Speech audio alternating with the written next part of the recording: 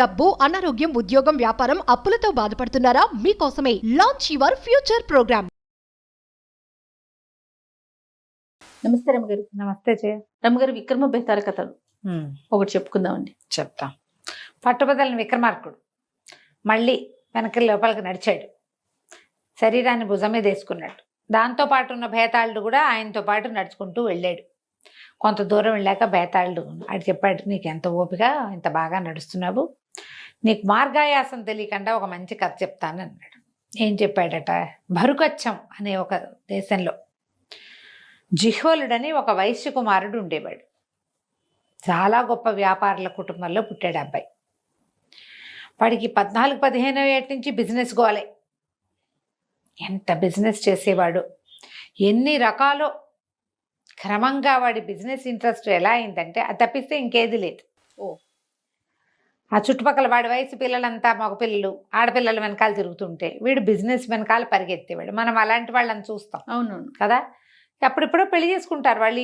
ఆ ఏజ్లో ఆడపిల్లల ఆసక్తులు అవి అందరికీ ఉండేటట్టుగా వీళ్ళకి డిటర్మైండ్గా ఉండే వాళ్ళకి ఉండవు. వాడు చాలా ఉత్సాహంగా చేసేవాడు. పెద్ద పెద్ద వాళ్ళు కూడా వాడి దగ్గరే సలహాలు తీసుకునేవాడు. అయితే పెళ్ళికి సంబంధాలు వచ్చినా ఇప్పుడే వద్దు, ఇంకా 25 ఏళ్ళే, ఇంకో 3-4 ఏళ్ళ తర్వాత ఇంకా బాగా సంపాదించి అప్పుడు చేసుకుంటాను అది చెప్తుండేవాడు. అయితే ఏమైందట, ఒకసారి జిహ్వలుడు సముద్రయానానికి బయలుదేరాడు. అప్పట్లో వ్యాపారాలు సముద్రం మీద బేసే ఉండేవి. అవును. ఏం చేసేవాళ్ళు, ఈ వెళ్ళేటప్పుడు సరుకేసుకెళ్ళేవాళ్ళు, అక్కడంతా అమ్ముకుని అక్కడి నుంచి సరుకేసుకుని తెచ్చుకునేవాళ్ళు. ఒక్కనాడు కూడా ఒక్క ప్రయాణంలో కూడా ఆ అబ్బాయి ఖాళీగా వెళ్ళింది కానీ వచ్చింది కానీ లేదు.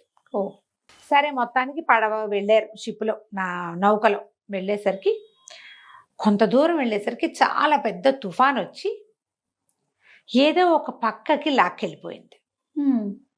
ఆ తుఫాన్లో ఉండి ఉండి ఉండి వీళ్ళకి ఏమిటి, మధ్య మధ్యలో ప్లాన్ ప్రకారం వెళ్తే ద్వీపాల దగ్గర ఆగి తిండి నీళ్లు సమకూర్చుకునే వాళ్ళు. నౌకాయానంలో పద్ధతులు అవి. అదే అక్కడెక్కడో ఆగడం, మొత్తం డబ్బాలు, మంచినీళ్ళ డబ్బాలు, సారా పీపాలు అన్నీ నింపుకోవటం, ఫుడ్ కావాల్సినవన్నీ పెట్టుకోవటం, ఒక 15 రోజులు ప్రయాణం చేయటం, 15 రోజుల తర్వాత ఇంకో చోటకి చేరతాం. కొంచెం బఫరింగ్ ఉండేది, ఒక 3-4 రోజులు ఎక్స్ట్రాకి బఫరింగ్ ఉండగానే ప్లేస్కి చేరిపోయి అన్నీ మళ్ళీ పెట్టుకునేవాళ్ళు. వీళ్ళ దగ్గర బఫర్లు గిఫర్లు అన్నీ అయిపోయినాయి.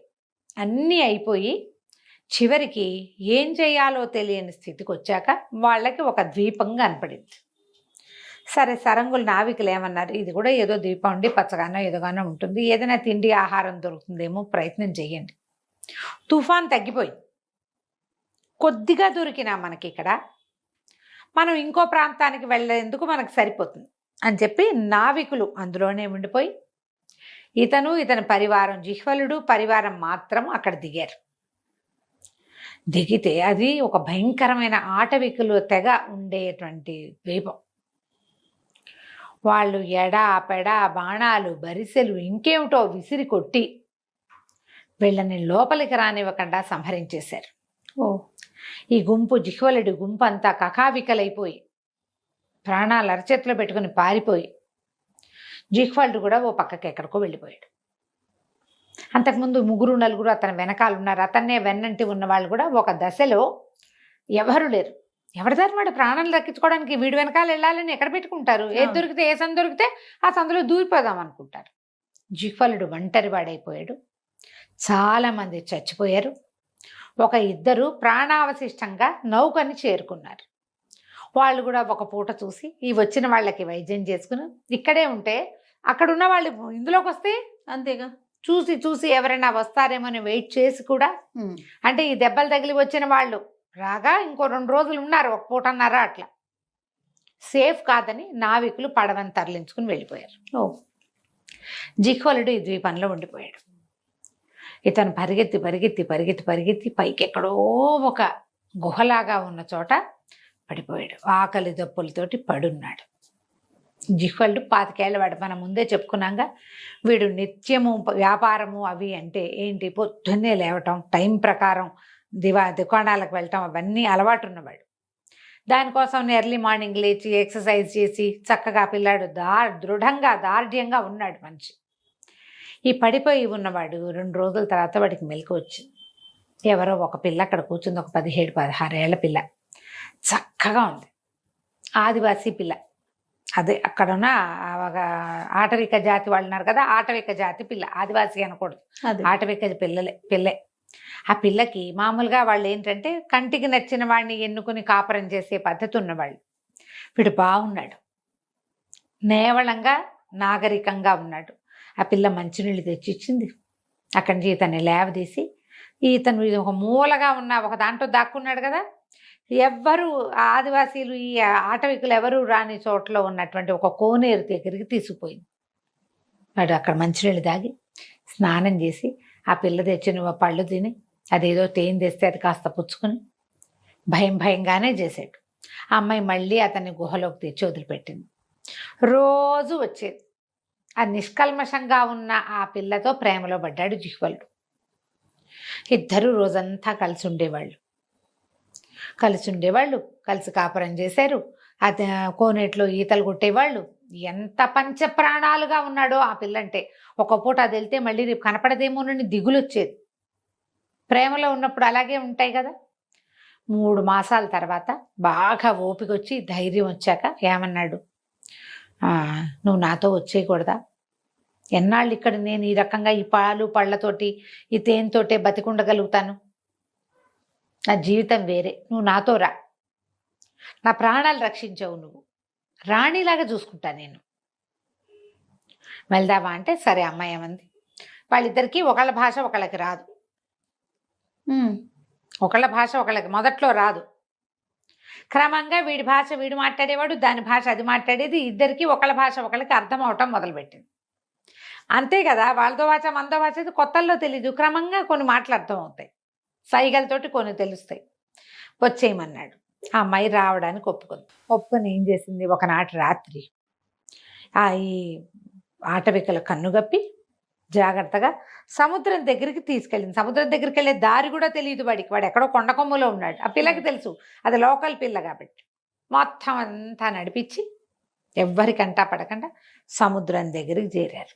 చేరేసరికి వీళ్ళ అదృష్టం బాగుండి ఒక నౌక పాస్ వై అటు నుంచి వెళ్తుంటే వీడు ఏం చేశాడు, కట్టుకున్న వస్త్రాన్ని బాగా ఊడదీసి చేసి ఒకటి వెలిగించి పొగ చేసి ఆ నౌకని పిలిచాడు ఉపాయంతో.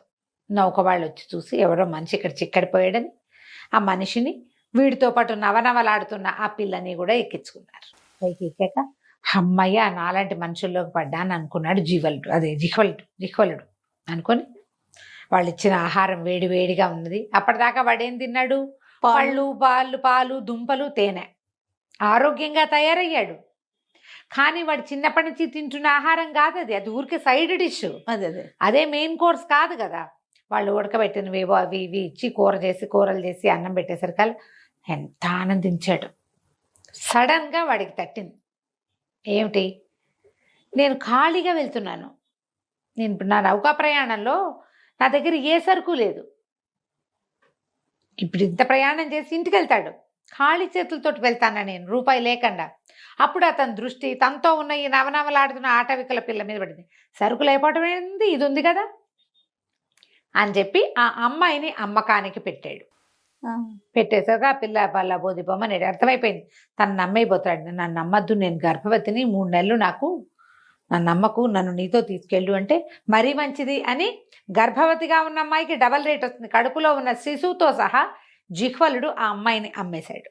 అమ్మేసి ఆ డబ్బులతోటి తన వ్యాపారానికి పెట్టుబడి పెట్టుకుని మళ్ళీ తను సరుకుతోటే ఇల్లు చేరాడు. ఈ కథ చెప్పాడు బైతాళుడు.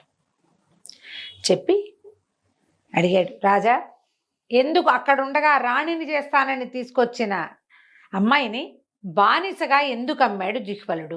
ప్రేమ లేదా? ప్రేమ అంటే ఇంత మోసమా? అక్కడ ప్రేమగా ఉన్నాడు కదా, ఇక్కడ ఎందుకు లేడు? రాజుగారు చెప్పాడు, అక్కడ జిహ్వలుడికి దిక్కులేదు.